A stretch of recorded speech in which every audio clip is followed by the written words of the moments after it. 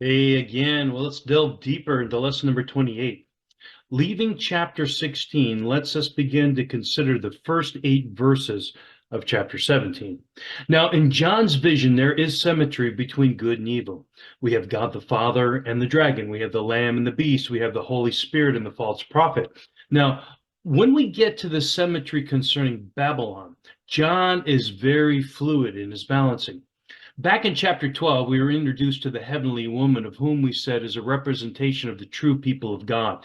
It is out of the true people of God that the Messiah comes. Later in chapters 19 and 21, the heavenly woman is called the bride of Christ. Now, God's people are betrothed to Jesus. Now, betrothal was a legally binding contract of one's intention to marry. The betrothal was the precursor to the marriage. To be unfaithful to the betrothal was to commit adultery.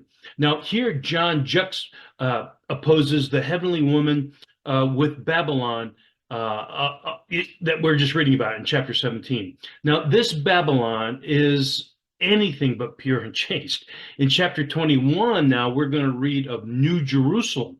New Jerusalem is the antithesis of Babylon. Now, we've decided that city and culture can be considered one and the same. Now, New Jerusalem will be the city of righteousness. It'll be the culture of holiness, while Babylon, just the opposite. Well, here in chapter 17, John sees Babylon as the opposite of the heavenly woman. Instead of a culture that is faithful to God, Babylon is a culture of egoism. And being the culture of egoism, she is unfaithful to God's love. She is a spiritual adulteress. She looks beautiful, but behind that facade is nothing but abominations. The kings of the earth and the merchants of the sea and the citizens of unrighteousness are all caught up in her sensualism and her materialism. The unrighteous are caught up in a drunken party of indulgence, everyone doing what they want, when they want, to whom they want, for the ends. They just justify the means. There's a devouring of the masses, people devouring one another. Babylon sits upon the beast. So John is telling us that Babylon gets its authority from the civil power that exists. The beast is her foundation, civil authority permitting this antichrist culture.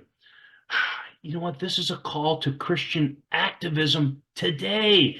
The refuser of God's grace will do the things that manifest their eternal destiny, but we are called to love people regardless. While loving others, we also need to stand up for kingdom values and the certain unalienable rights to speak the truth in love. Let's do that. Let's change. Let's be agents of change in a culture that's turned its back on God.